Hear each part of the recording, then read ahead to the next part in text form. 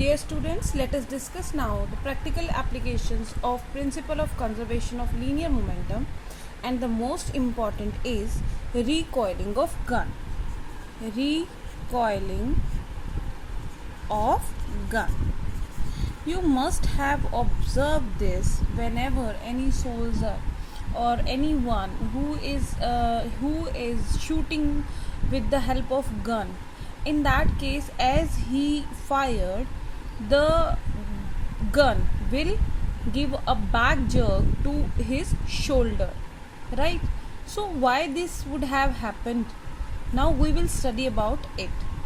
Now since the gun was holded by the soldier or a person over his shoulder, as at that moment gun and bullet both were at rest, right?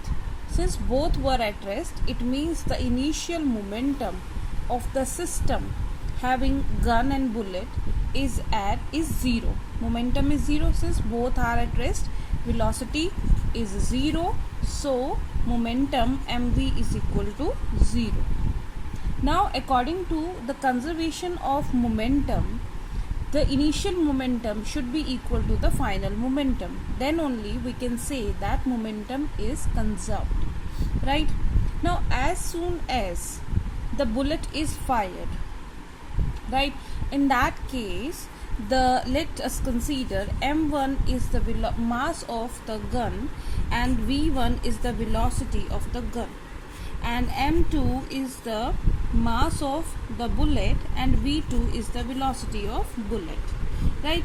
So in that case, since initial momentum was 0, so final momentum should also be 0 according to the principle of conservation. So we can say m1 v1 plus m2 v2 is equal to 0, or we can say m1 v1 is equal to minus of m2 v2, or we can say v1 is equal to minus of m2 v2 by m1. Now here negative sign indicates that the direction with which the bullet will move will be opposite to the direction with which the gun is moving. Here we have considered here that this is for bullet, this is for gun, and this is for bullet. So we can say negative sign shows that the gun will move in opposite direction to the bullet, means as soon as the gun is fired, in that case the bullet will move in the forward direction, the gun will move in the backward direction. So that is why that gun moves to the backward and hits on the shoulder of the soldier or on any person who is holding that gun. And second case, we can also see here that the velocity of the gun is inversely proportional to mass. So heavier is the gun, lesser will be the velocity with which it goes back, and the phenomena of going back is known as recoiling of gun.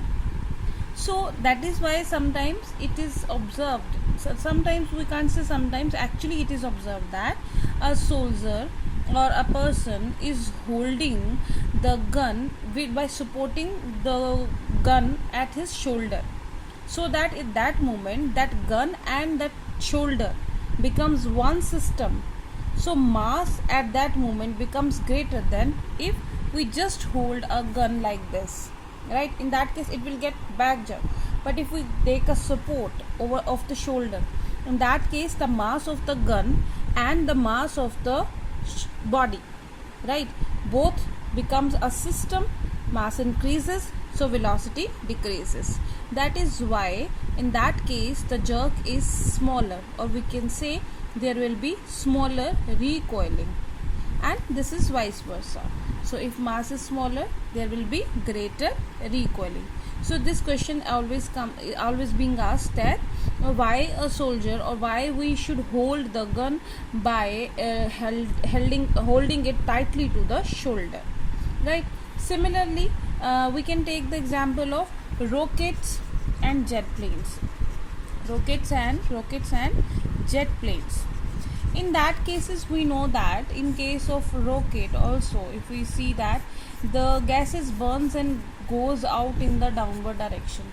Suppose initially the rocket was not being launched, in that case the position shows that the rocket is at rest position and gases in that is also at rest. So in that case initial momentum was zero.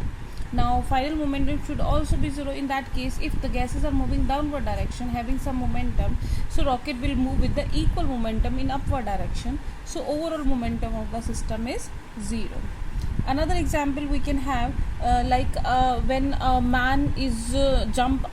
man jumps out of a boat in over a shore. In that case you must have observed that boat gets a backward jerk and it goes away from the shore. So why this is so? In that case the forward movement of a person is having momentum which is equal and opposite to the momentum gained by the boat when it moves away from the shore. So this is all about the applications of principle of conservation of linear momentum.